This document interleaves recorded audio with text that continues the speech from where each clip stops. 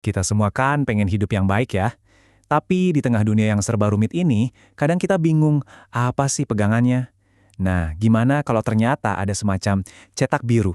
Sebuah panduan yang simple tapi dalam banget untuk itu.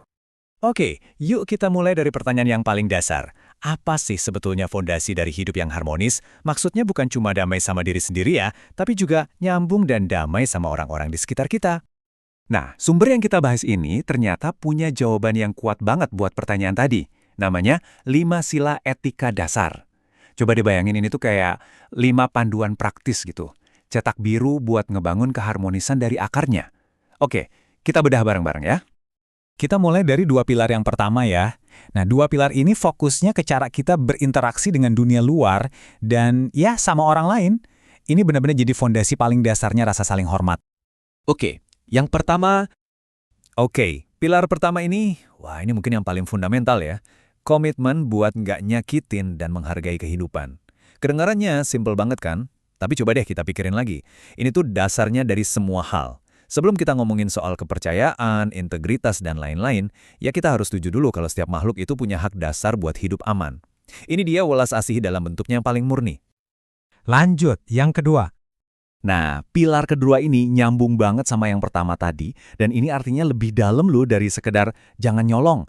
Ini soal integritas. Jadi, dengan kita menghargai milik orang lain, hasil kerja keras mereka, dengan gak ngambil apa yang bukan hak kita itu lagi aktif ngebangun kepercayaan. Dan kepercayaan, wah itu lemnya masyarakat kita. Tanpa itu, semuanya bisa ambruk.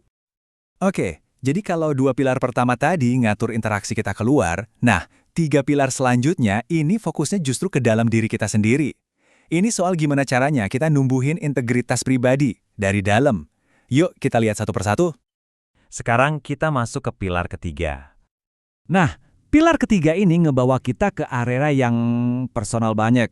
Hubungan kita. Intinya tuh simple. Bertindak dengan cara yang nggak eksploitatif atau ngerugiin orang lain. Ini soal gimana kita mastiin setiap interaksi kita itu dasarnya kepedulian dan rasa hormat yang tulus. Bukan cuma sekedar nurutin ego.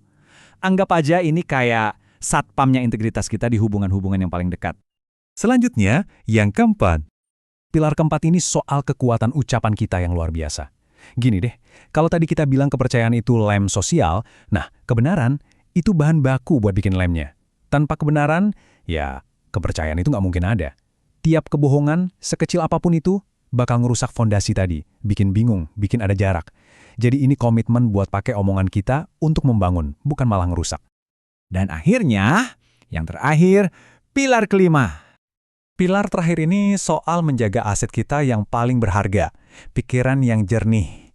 Nah, yang menarik di sini tuh fokusnya di kesadaran. Jadi, ini bukan cuma soal zat-zat tertentu aja ya, tapi soal apapun yang bisa bikin pikiran kita jadi keruh, jadi lalai, jadi nggak waspada. Kenapa ini penting banget? Ya karena tanpa pikiran yang jernih dan kendali diri, gimana coba kita mau ngejalanin 4 sila yang lain secara efektif? Bisa dibilang, ini pilar yang nopang semua pilar lainnya. oke, kita udah bahas kelima sila tadi satu persatu. Tapi, pertanyaan besarnya sekarang, kenapa sih ini semua penting? Apa ini cuma sekedar daftar aturan, jangan ini, jangan itu?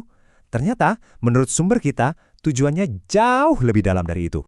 Jadi tujuannya itu bukan buat ngebatasin, tapi justru buat latihan. 5 sila ini tuh semacam alat aktif buat pengembangan diri.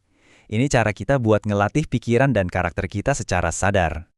Dan kutipan dari sumber kita ini ngerangkum semuanya dengan pas banget. Jadi poin kuncinya di sini adalah ini bukan soal jadi orang yang sempurna. Sama sekali bukan. Tapi ini soal proses latihannya.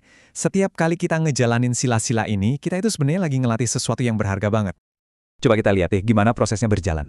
Semua berawal dari tindakan simpel, ngejaga sila. Nah, tindakan ini secara langsung ngelatih disiplin diri kita. Disiplin ini lama-kelamaan bakal ngebersihin niat kita, yang akhirnya ngebawa kita ke hati yang bersih. Dan dari hati yang bersih inilah harmoni yang sejati, baik ke dalam diri maupun keluar, bisa terwujud. Ini kayak rantai sebab akibat yang kuat banget kan? Jadi pada akhirnya inilah intinya.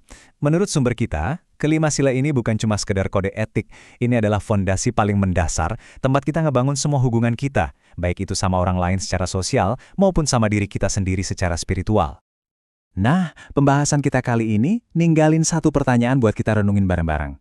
Kalau kelima prinsip ini adalah fondasinya, pertanyaannya adalah, Apa yang lagi Anda bangun di atas fondasi itu dalam hidup Anda sendiri?